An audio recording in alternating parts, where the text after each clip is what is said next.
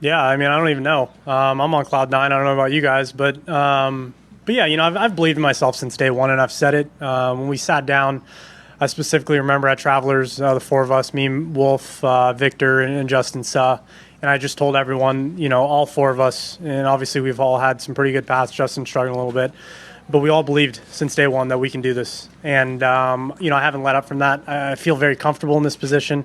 But it was going to take a very, very good round today. And I knew with the leaderboard, the way it was looking and everyone out there, you just had to play well. It's you either win or you lose.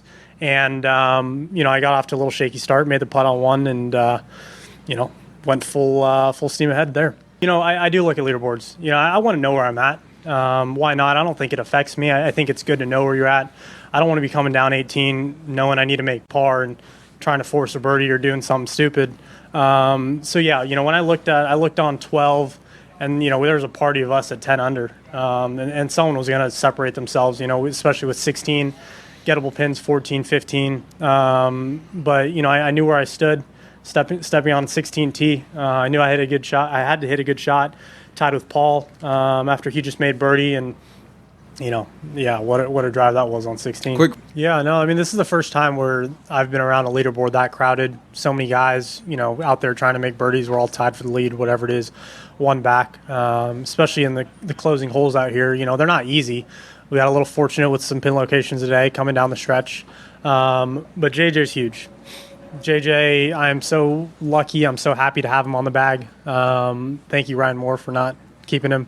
But he, not just as a caddy, but as a person I can talk to on the course and just keep it comfortable. He knows what to say, when to say it. He has figured out my game and what kind of player I am, what I need to know, what I don't need to know. And, it's as simple as that. I'm very lucky to have him. He, I brought him in for the last 3 holes, 16, 17, 18, to help me read him. Because, and I think I'm going to do that all the time, especially coming down the stretch, because it doesn't hurt. He knows how my mind works and what, we're going to see together. He's not just saying stuff just to say it. So I'm very lucky to have him on the bag. Shit, normal time. Yeah, no, I wish this is the one time I really wish there were crowds right there. No, so, I was just praying for a straight bounce short of the green, onto the green. And then after it bounced, it kind of got behind a tree that we couldn't see on the corner. So once it bounced, I was like, okay, I will take it anywhere it is because it is on the green, whether it's short, long.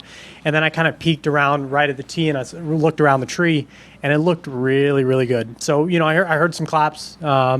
Obviously not a ton, but claps could mean I'm on the green and I've got 50 feet. But walking up, I knew it was right above the tier, and you had to make it. I had to make that putt. 2 strokes is a lot different than 1 stroke coming down 18. Thanks.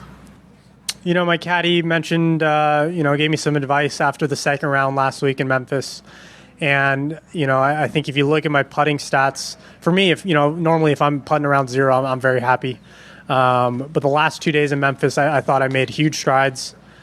This week, I just kept that going. And, a couple of little adjustments in the setup. And, that paid huge dividends for me. Just feeling a little more comfortable over the ball, getting my head where it should be, and just being able to putt and really react to the target from there. I definitely looked at the leaderboard. I saw in 12 when, we were all having a party at 10 under. Who's going to break out? Who's going to be the oddball out to separate themselves?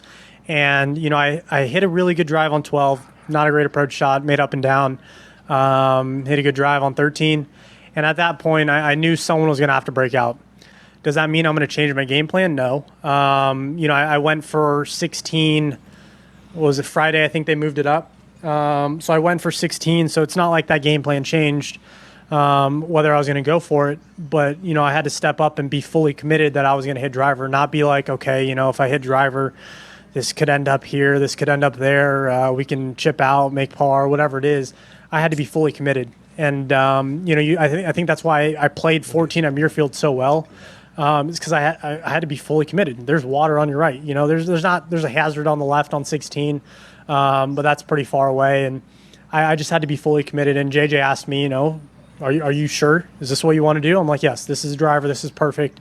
And, stepped up, hit a really good drive, and, obviously it ended up where it did and made the putt.